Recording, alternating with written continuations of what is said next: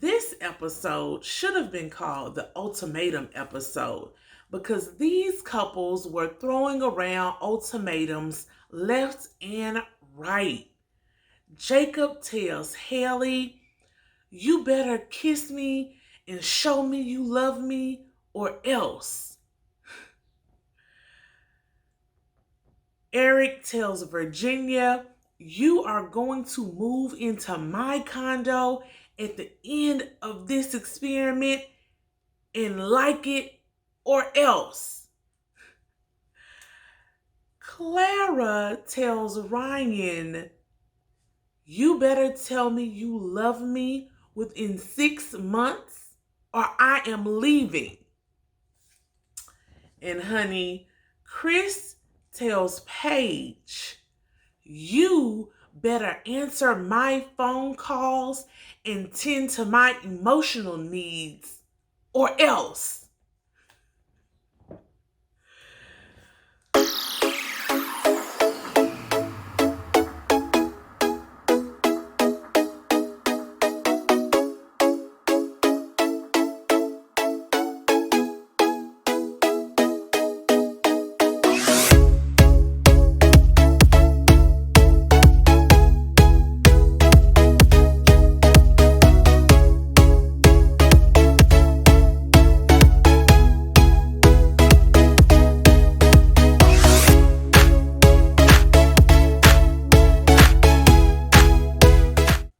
Hey y'all, welcome back to Scared of Beautiful. My name is Paige. If you are new here, please take the time to watch the video, subscribe to the channel, like the video, and give your comments on what you think about this crazy experiment called Married at First Sight. This is one of my favorite reality shows. I've been a watcher since the beginning. And, this season, Jesus, there's not really much you can say about it. It has been all over the place. I often feel like I am watching As the World Turns, a good old soap opera from back in the day instead of some couples trying to make it, because these couples are full of drama. And let's get into it, y'all. This episode is episode 11. We have reached the halfway mark, so the episode is titled The Monthiversary. They are all meeting their 1-month anniversary from when they got married at first sight. First, we see Clara and Ryan. They are looking at Ryan's home, at his backyard space, in ways they can make improvements and make Clara more at home in his house. So they want to talk about how they will design it so that they can entertain and have company over. Clara lets us know that she has already started marking her spot. She is moving stuff in, leaving boxes here and there. She wants to decorate and organize his space to make room for her and her things and her pets. She wants to keep all of his furniture, except none of it. She is only going to let this man keep the lazy boy. She wants to get rid of everything else. And as they show this montage of Clara talking, Ryan just looks so overwhelmed. I'm not a man, but I know what it's like to live with someone and have to give up your space, particularly when they don't like your aesthetic. Clara is like, "We got to redo this, redo that, redo this. I'm going to come in and organize, bring in my DVDs, alphabetize all of the DVDs."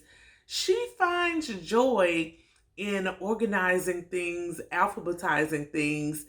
And I think ultimately Ryan is going to like this part of being married, but it's a lot initially. You know, she's taking him fast, and he was just sitting there looking so overwhelmed. Like, what did I get myself into? But it's good that they are actively making these steps and thinking about their lives, post decision day. Some of these other couples aren't, looking to the future. So it's at least a good sign that they are looking to the future, where they want to live once they get out of this apartment that production has paid for. It's a good thing. Next, we see Chris and Paige. I don't even know why we're still seeing Chris and Paige at this point, but we do. They meet up for a basketball date, and they give more church hugs. He constantly criticizes her, per usual, says that she was late to the basketball date. She said she's not. We don't know who's telling the truth. Probably Paige. Paige is still annoyed by the car revelation from last episode, where Chris told her that he bought his ex Mercedes Benz because she is carrying his seed, and his seed must arrive in a chariot. Ugh. Anyway, she says she's still disappointed, but she wants to give the relationship a fighting chance. No one knows why, but she does. They play one-on-one basketball, little game of pickup. They decide to go to 5, and he gives her 1 point a head start. Y'all, this was very reminiscent. I'm like, Chris is so lame. If this, was his choice of a date. This gave me very much Love and Basketball. I'll play you for your heart. The difference was Chris is uber competitive, and he was making sure that Paige did not win. And when she didn't win, he gloated in her face. And there was no, double or nothing. I'll give you one last chance to win my heart. None of that. None of that. He's like, I won, you lost. Girl, he don't like you. He doesn't. I want you to feel that. Let that sizzle in your spirit. Okay. He says that he's not giving up on the relationship because he took a vow and made a vow to God and to Paige. She says that she doesn't want to give up either. I think Chris is just BSing as usual. He's saying what he thinks the people want to hear, but his actions, his body language, everything else says otherwise.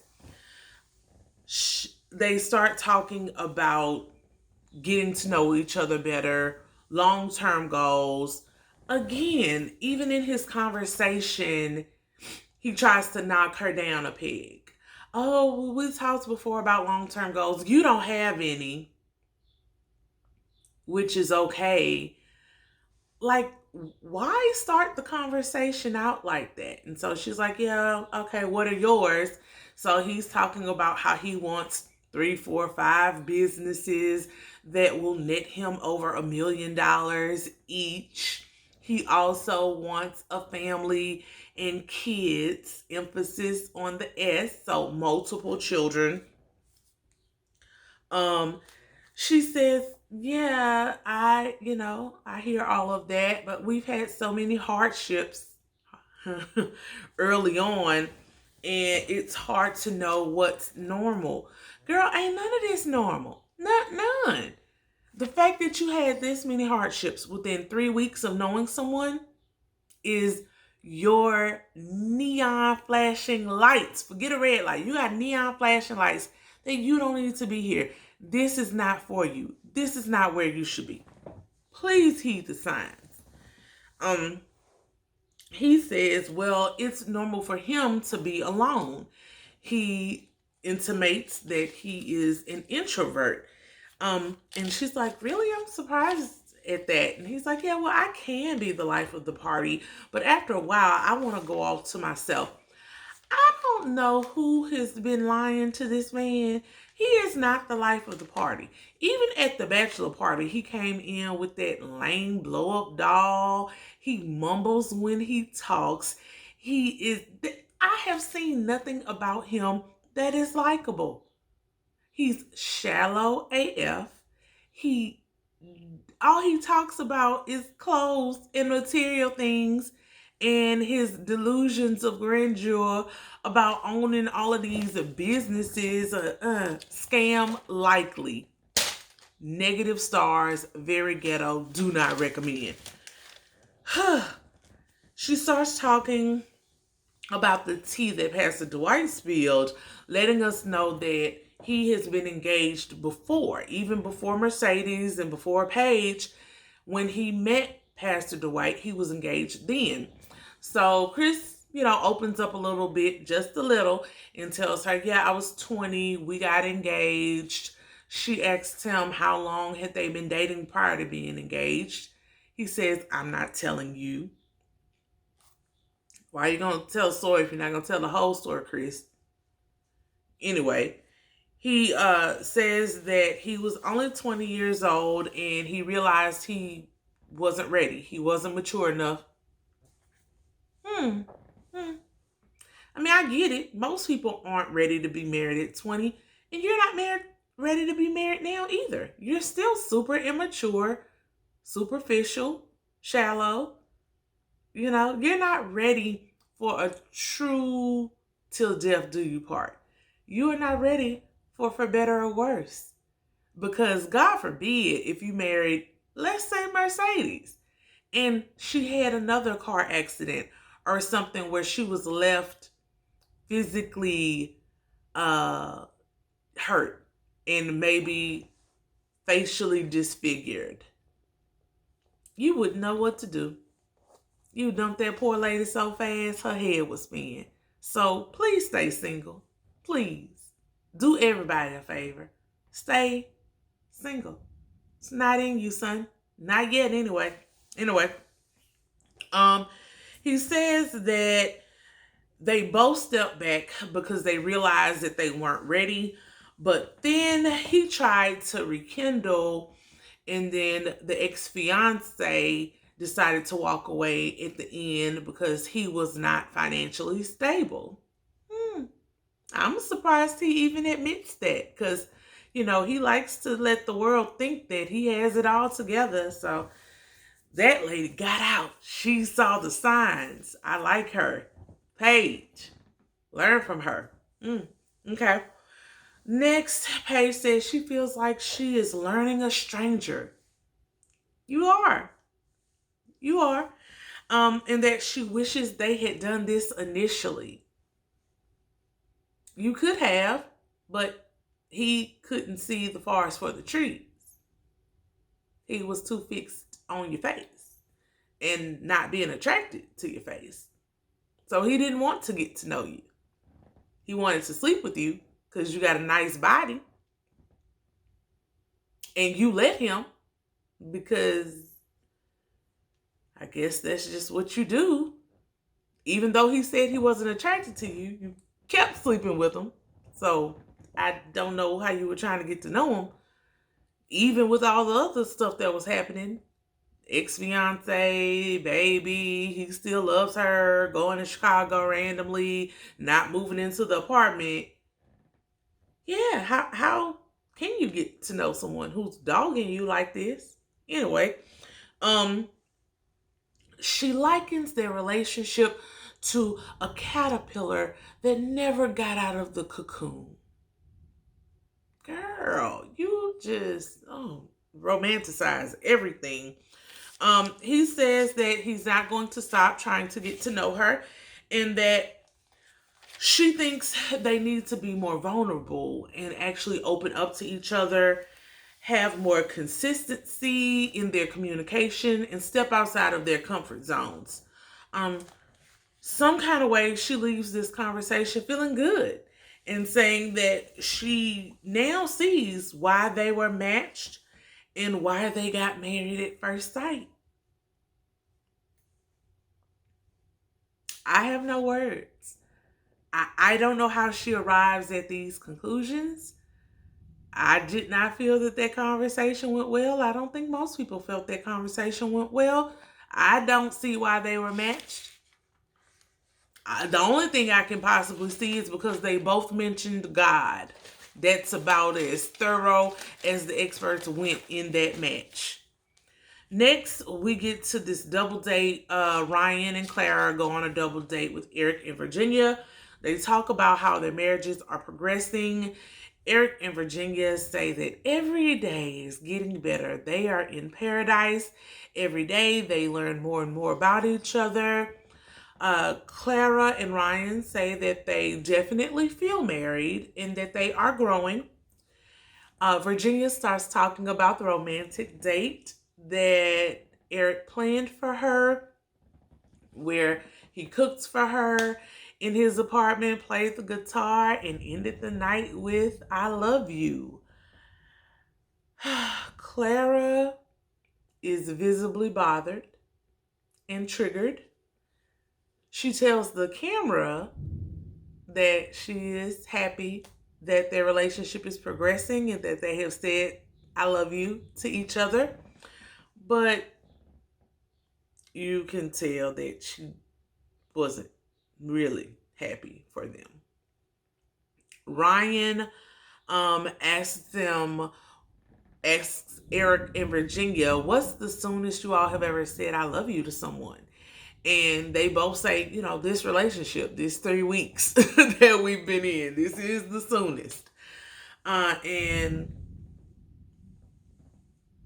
Ryan just nods his head and says, "Oh, okay." Virginia remembers that Ryan has never said "I love you" to anyone. Ryan tells them that the longest relationship he's been in was almost 2 years, and he never said it in that relationship. I just don't know how that's possible. Like, how can you be with someone for 2 years and never say "I love you"? I know I've met people who, grew up in households where "I love you" just was never really said. They knew their parents loved them, but they showed it, more in their actions, but they never actually said the words. Because I come from a household where that was said regularly and often, I don't understand it. I don't think you should just jump into "I love you" with any and every one. I don't think that 3 weeks is necessarily a long time to not have said it, even though they're married. They're still marrying strangers. But 2 years in a relationship and never saying it, I don't know. Ryan has a lot going on. Virginia worries about how this will affect Clara, and we know that it's affecting Clara. Clara doesn't like it because she's used to saying that word and having sex at the drop of a dime. Clara then, lets everybody know at the table, including Ryan, that if those 3 words have not been uttered by the 6th month, she thinks something is wrong. The relationship is not going where it needs to go, and that she will probably leave if he has not said "I love you" in 6 months. There's this big awkward silence, and Ryan just sits there and eats his food. He has nothing to say with that ultimatum. She says that she's moving her things into his home, lets everyone know that that's the page that they're on, and that she definitely feels a sense of friendship and companionship type love for Ryan. I think Clara actually loves Ryan romantically at this point, but because he is not saying it and cannot commit to when he will say it, she refuses to say it. But it's definitely more than friendship, companionship if you're moving your things in, sis. Next, we see Paige, Haley, and Briana at a girls' meetup for lunch. Briana talks about how she and Vincent are growing. She gives this cute little story about how Vincent comforts her when she's stressed, comes over and wraps her up in big hugs, or, just takes her mind off of whatever is going on, and she really appreciates that. Haley gives them an update that she and Jacob are now sleeping in the same bed. Hey! And that they are positively communicating with each other. She wants to get a chart reading for them, a little tarot card reading going to see how compatible they are. She says that Jacob wants to kiss and cuddle, but that she's not there yet. She says that Jacob's dry sense of humor and his method of joking is way too much for her. She intimates that he's kind of like a practical joker and does things that he thinks is funny that other people probably don't, that she definitely does not think is funny, especially because he doesn't let her in on the joke before he does them. Well, that kind of defeats the purpose of being a practical joker, but, if it's not for her, it's not for her, and it's irritating her, so she should definitely let him know that that's something that needs to stop. Jacob's jokes to her that one day she's going to look up and be in love with him in all of his weird and quirkiness. So the ladies laugh about that. And, one thing that I will say about Jacob, even through Haley's own stories, he's very self-deprecating. He doesn't take himself super serious. So although he has this kind of like flatline, dry humor, I still think he's trying, even by her own admission. He is trying to find things she likes, make her smile, and she just doesn't seem open to it, honestly. Paige then talks about everything that's going on with her and Chris. She shares the car purchase with the ladies. They want to know what we all want to know. Why now? If she hasn't had a car in 6 years and you were engaged to her, why didn't you buy her a car then? Why now? And Paige gives them the BS about her having a baby and, the baby needing a chariot and all that good stuff. But Paige shares with the ladies that she doesn't like that Chris is operating as a single man. Because if he were operating as a husband, he would have at least consulted her about buying the car for Mercedes. Instead, she feels unsettled because she was an afterthought. Yeah. Because he don't want you, sis. You are an afterthought. You're barely even a thought, honestly. If he didn't have to film and show up to this, you wouldn't be getting phone calls, 4 dates, anything. You're the afterthought. Yes. Let it sink in. Anyway, she talks about the Bible study and them building a friendship and learning each other.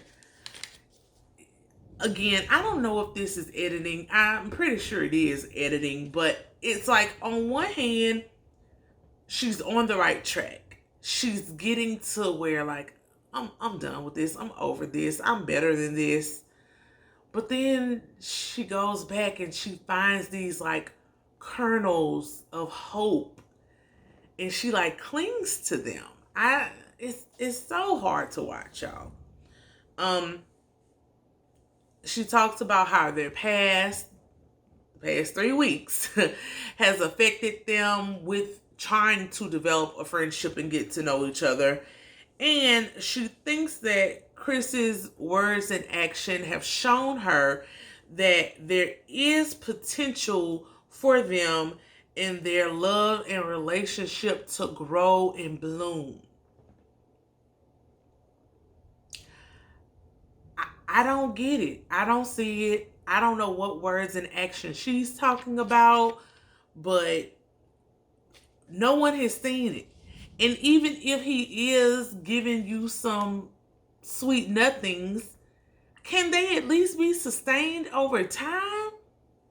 He's been telling you nice things for what, 2 days? And you think that shows potential. I want her to want better for herself. Briana is on it. She tells the confessional cameras that Chris is full of BS and playing games with Paige. Yes, he is, Briana. Then Paige kind of has an epiphany, and she ponders if she has fallen in love with the idea of marriage and not so much Chris, the person she was matched with. And that her ideation of marriage is what is really keeping her in the process. I like it. I like it. Finally, a moment of introspection. We've been saying this for weeks. Yes, Paige. Yes. You have romanticized marriage to an unhealthy level, I may add, and it is causing you to take any and all kind of treatment that you should not be taking just to say you're married. You've only known this man for 3 weeks. 3 weeks. You don't owe him this level of loyalty or anything, particularly when he's not even trying himself. So I got to give her a round of applause for this brief moment of clarity that she has. Next, we see Haley and Jacob in their meeting with the chart reader. Jacob lets us know that this is all Haley's idea. She wants friendship and he wants a more passionate connection. The card reader says that there is a strong energy that is trying to force passion, and they need to let that energy go, because that energy is only complicating things by causing anxiety for Haley. Now, I'm not gonna lie, y'all, because this is a card reader that Haley already knew. I'm like, did Haley tell this lady to say this? Like, did that card really mean that? Like, I think Haley may have tipped her off a little bit first. Next, the next card says that someone is trying to covertly control the other person. The card reader then points at Haley and says, you want the upper hand. Haley admits that she's controlling, but also thinks that Jacob is a bit controlling, and that the card reader finally says, both of you may be a bit controlling and defensive, but this energy is blocking you all from getting to know each other better. The relationship needs to just flow. And the control and the defensive issues are not allowing them to just flow and grow organically. I gotta agree.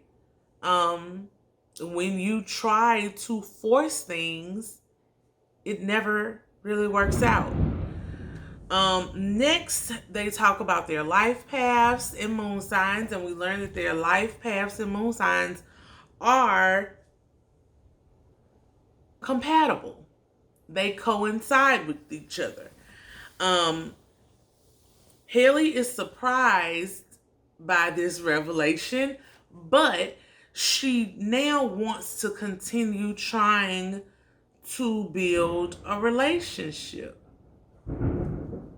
I just, I always think these kind of things are interesting to do, but to put all of your stock in it and now say that, oh wow, maybe we can build something. I just, it's more about actual forward movement, progress, action, Haley, not what's in the cards. Sorry to tell you, sis. Next, we see Erik and Virginia on a picnic date that Virginia planned. Virginia is worried about falling in love with someone and that love not being returned. They talk about Ryan and Clara and how they're moving in with each other, or how Clara is moving some things over. And somehow we get into a whole argument about where they will move and live after the experiment is over. Virginia is very vocal about not wanting to move into Erik's condo. She wants them to get a new place of their own, not her place, not his place, but their own place.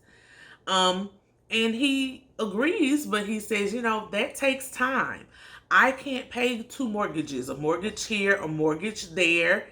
We'll get there, but initially we need to move into my place. Virginia just says she's uncomfortable, doesn't want to move into his place. She makes some random excuse about the pets having to go up and down the stairs, and basically says that they can live separate until they can buy their own place. Virginia, what? Y'all are married. You can't live in separate houses and you're married. You are already upset because of his career and that he's gone a few days out of the week or a week at a time to fly. But now you're saying you want to live in separate houses? Is this so you can go drink more with your friends? Because I'm missing it. Erik, comes with the logic and says, I own, you rent. Why would you keep paying rent in a separate place and we're married? I own my home. We can move into my home, save, take the time to sell my condo, and get a new place. Virginia takes offense to that. It's like, I know, how you have the process of selling a home and things like that, but you're ignoring the fact that I don't feel comfortable in your place.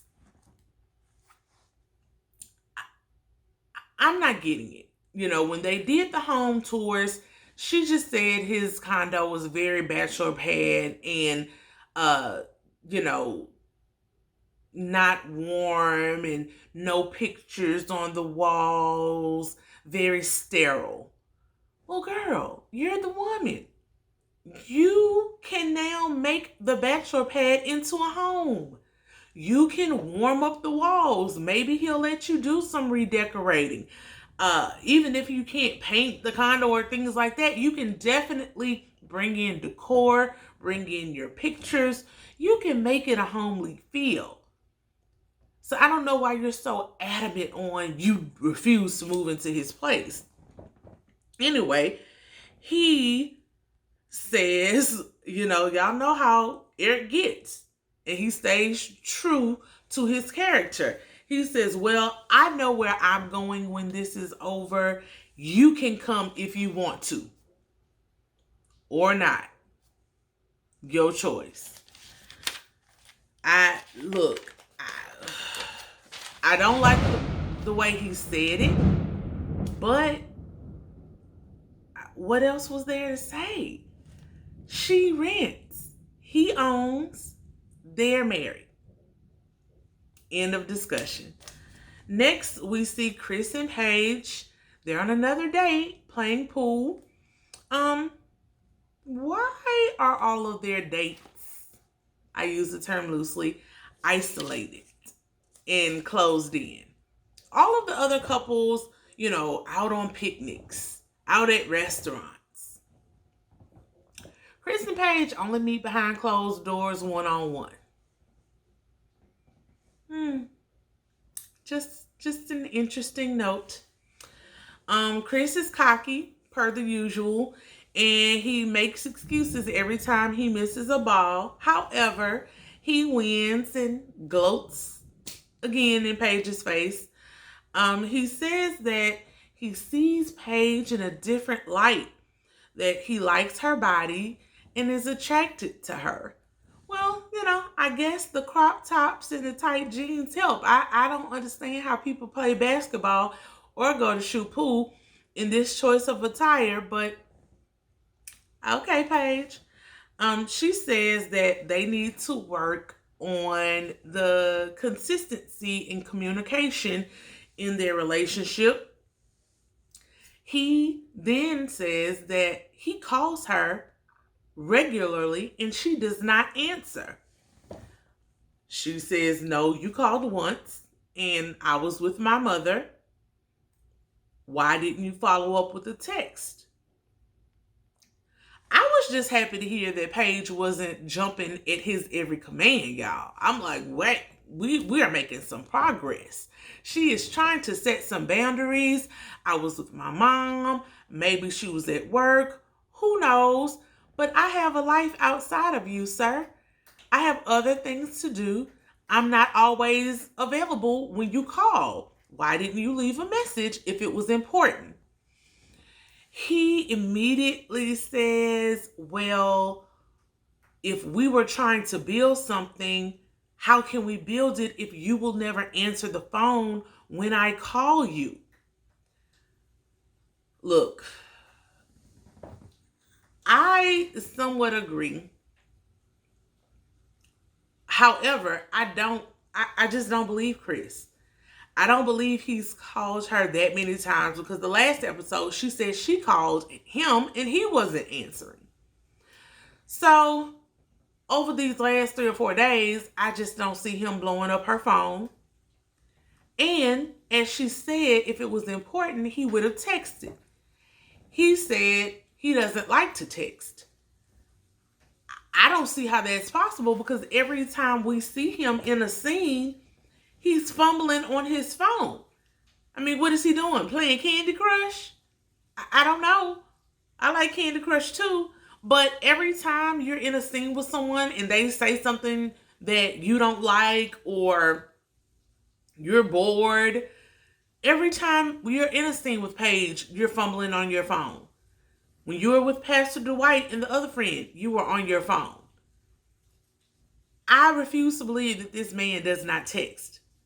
I think he does not like to text, and he may not be texting Paige because he doesn't want to leave a record. He doesn't want his words and what he's doing to be in black and white. But he does text. Anyway, he then says, it shouldn't be this hard for me to communicate with you. I'm not getting the attention that I need and what I should receive from a spouse. Really, Chris? Like, really? You're not getting what you need from a spouse. When have you tried to be a spouse to her? You're not attracted to her. You have allegedly a baby on the way. You just bought your baby mama a car. You didn't even want to call her last week, the episode that we saw a few days, in your time, it was only a few days ago where you didn't even want to commit to calling every day. But now all of a sudden you are calling and she's the one not answering. Okay.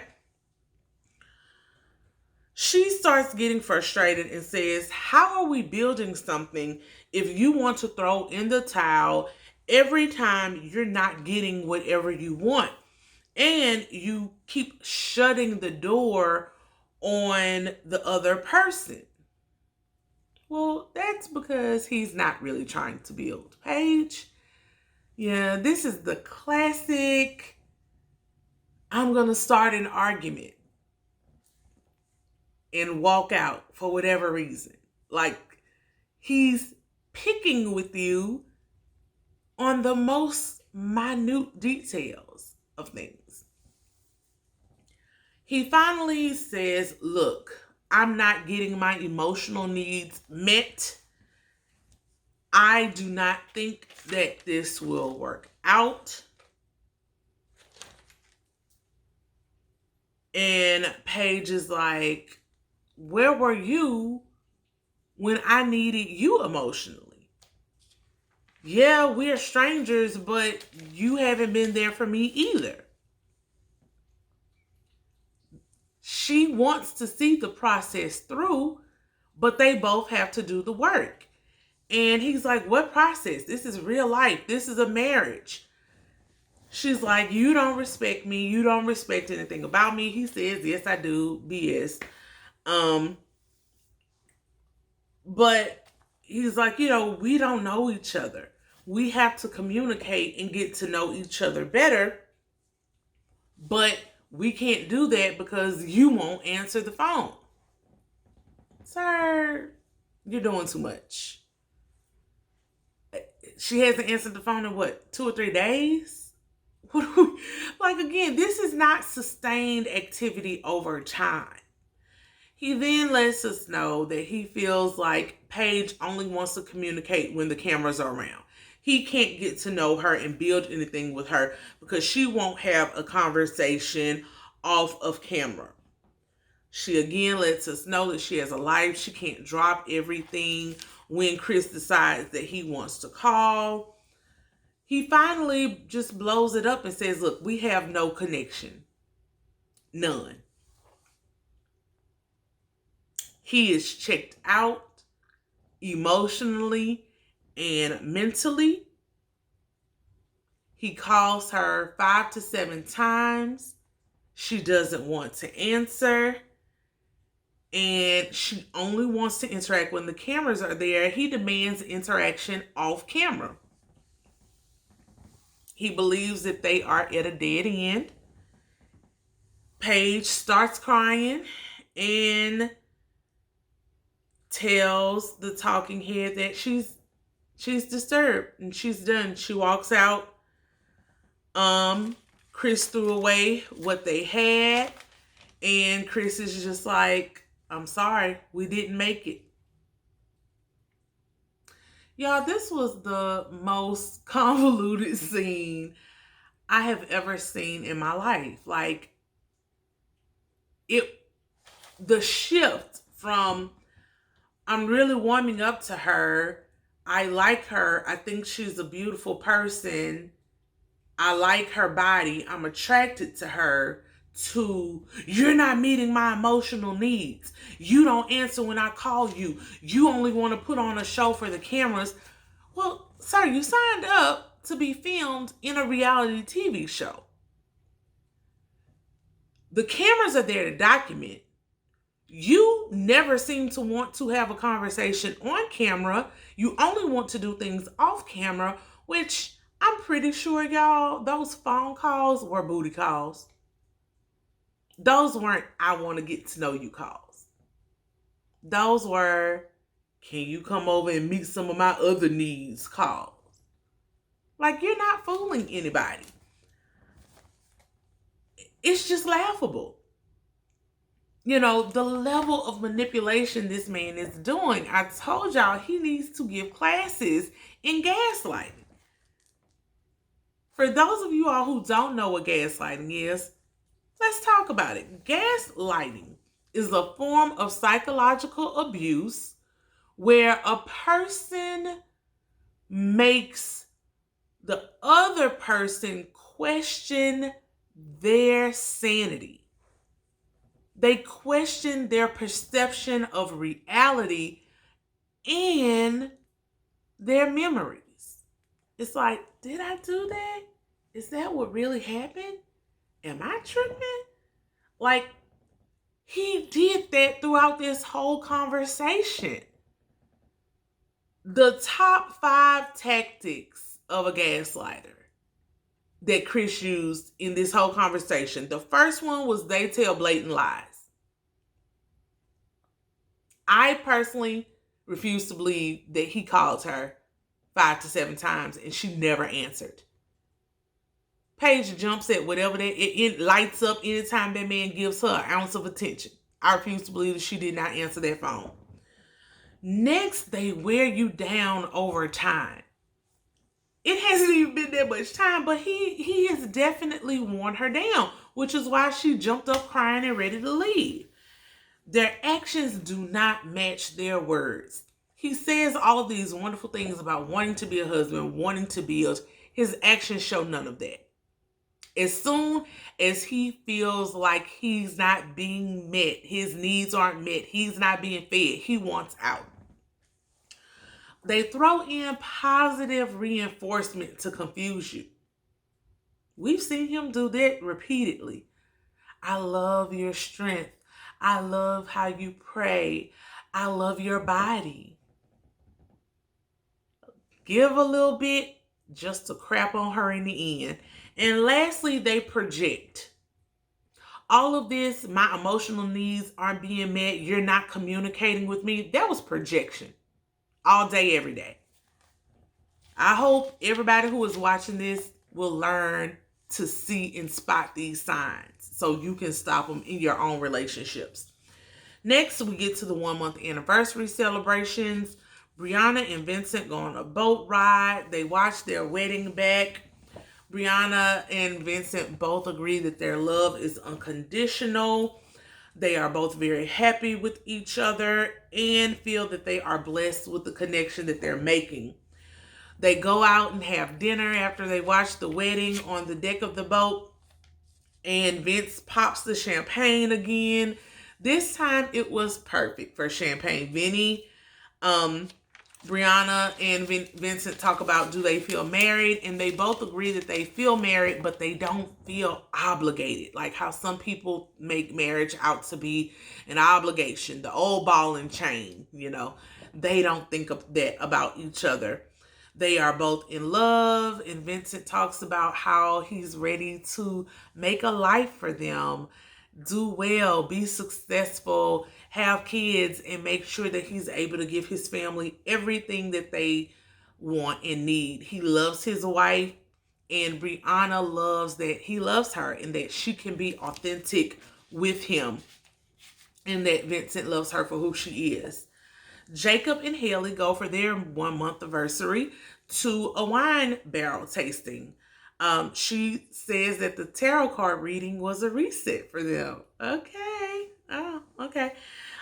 Jacob says that the 1 month for him has been a bit of a hell, but that they are working on being friends, and he's trying not to press her and thinks that one day she will fall in love with his idiotic charm.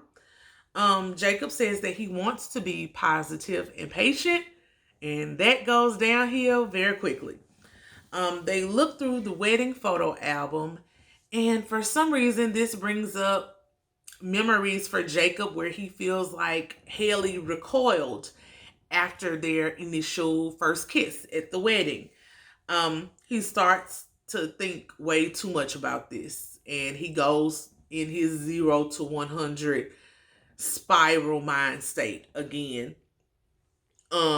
wondering about the physical attraction because of the awkward kisses, he says. They both don't know how to move forward. Jacob says he feels like Haley looks past him when he's there. She's not into him. She's just going through the motions, and that she's not really attracted to him and won't just say it. Haley is blindsided. Like, I don't know where this is coming from. I've been trying. How long have you been feeling this way? He goes back to day 4, since when she stopped having sex with him.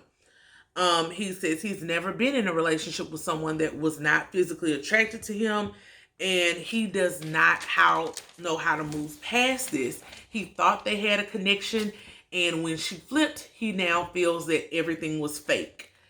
He says that when Dr. Viviana told them they needed to try every day to do some type of physical touch, she won't do kissing, so they've been doing hugs.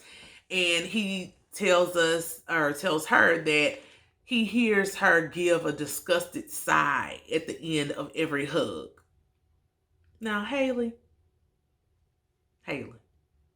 she doesn't deny it.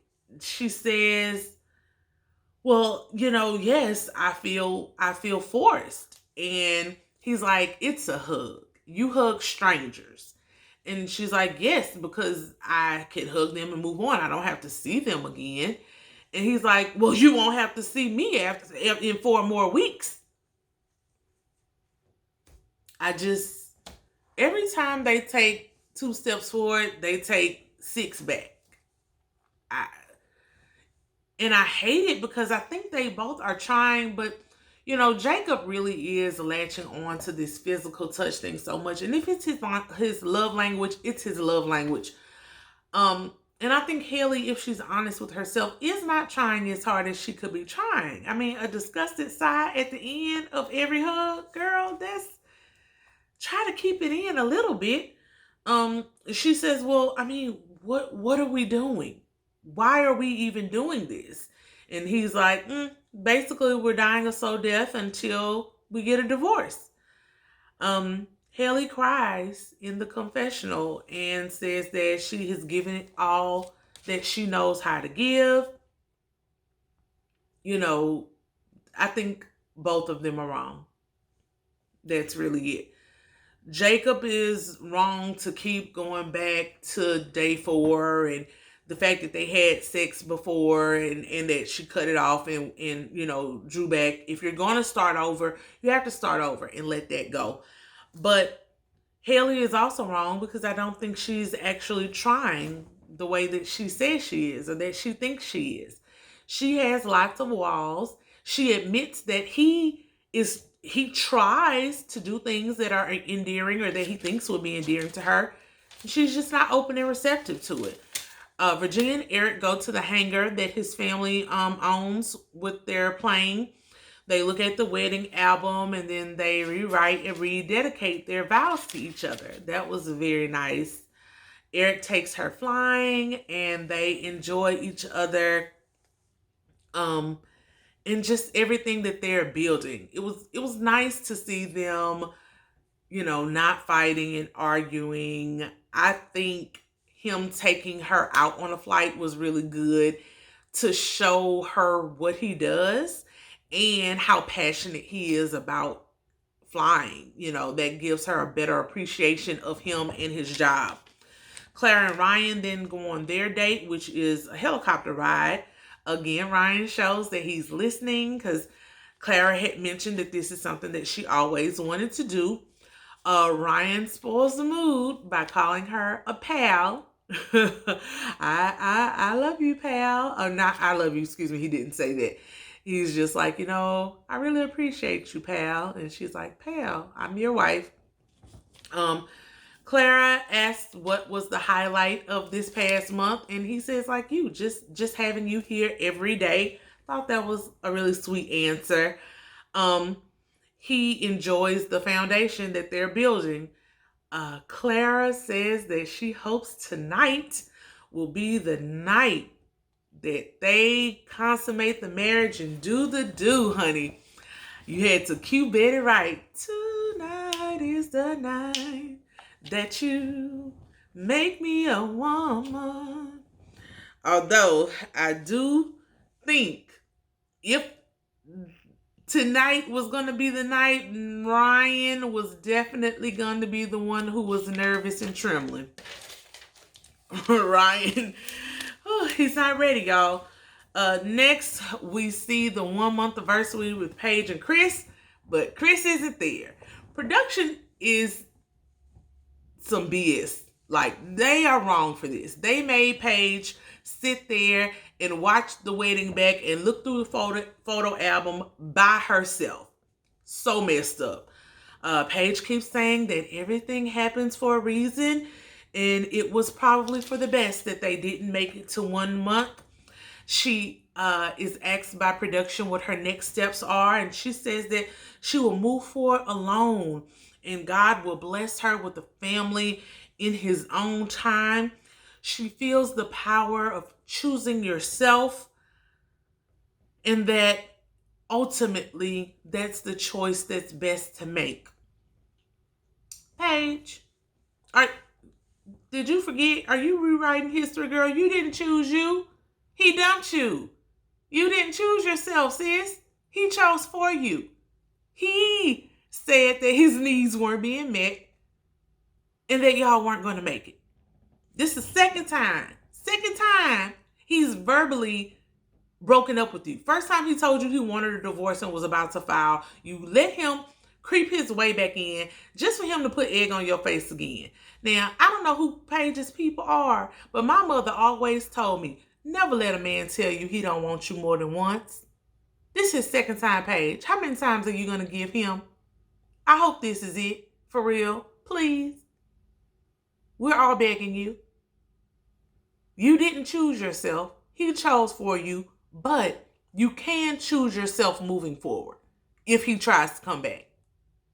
The door is closed. Slam it in his face, Paige. Ryan and Clara go for dinner in the new backyard, and we see that Ryan has already strung up the lights that Clara wanted. Like, y'all, I know people think Ryan is weird and he's not having sex with her, but his actions, I think, are speaking for him. Dinner is catered. There's lots of awkward silence. Clara says that Ryan's behavior shows that he loves her, but he just won't say it. And I agree. I think she has to be a little bit more patient with him, but I do think he's actively trying. He starts talking about, because the silence is so awkward, he starts talking about the siding on the house being discolored, and production asks if he's falling in love with her.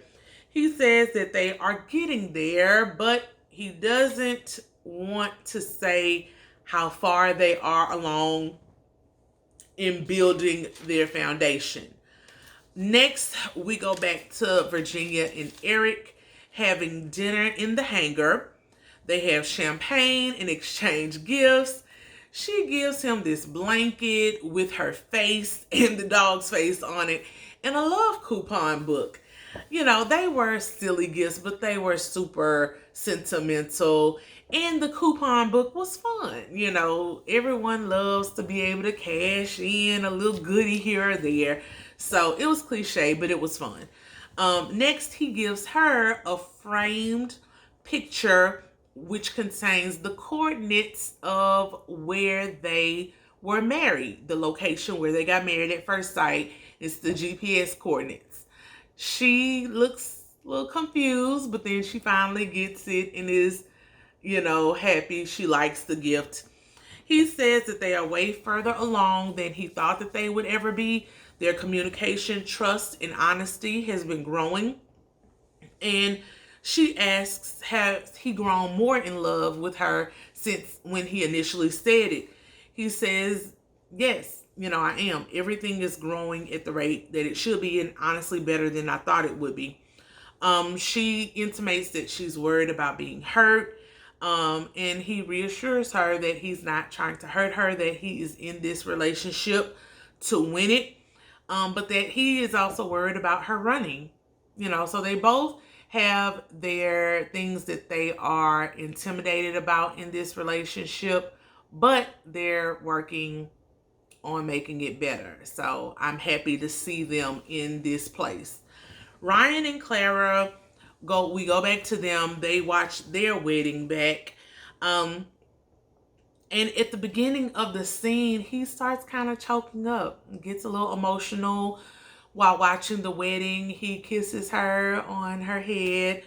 And he says that he still feels strongly about the vows that they exchanged, and he feels that their leap of faith has paid off. He's very nervous for some reason. And then the camera pans off, and that's the end of the scene. Y'all, I think Ryan is falling. For whatever reason, he has a big hang up about saying the three little words, but I think his actions, how he pays attention to her, how he affirms her, how he goes and does the changes that she wants, even stringing up the lights in the backyard to have their anniversary dinner when she had just mentioned it a day or two ago. It shows that he's present, that he's trying, and he's trying to, remove some of those walls that he has. I'm here for it. I am so happy, y'all, that we have 3 couples that at least seem to be trying and on a good path. Ultimately, I haven't watched the spoilers. I think we might get 2 couples that stay together. I think 2 definitely are not going to stay, but we might get 2, maybe 3 that decide to stay together. That's the end of this episode, y'all. Get in the comments. Let me know what you feel. Are you happy that Chris and Paige are finally done? Is this the end of their saga? Do you think Jacob is pressing Haley too hard, or is Haley not trying hard enough? Let me know. Subscribe to the channel, like the video, and I will see you all next time. Bye.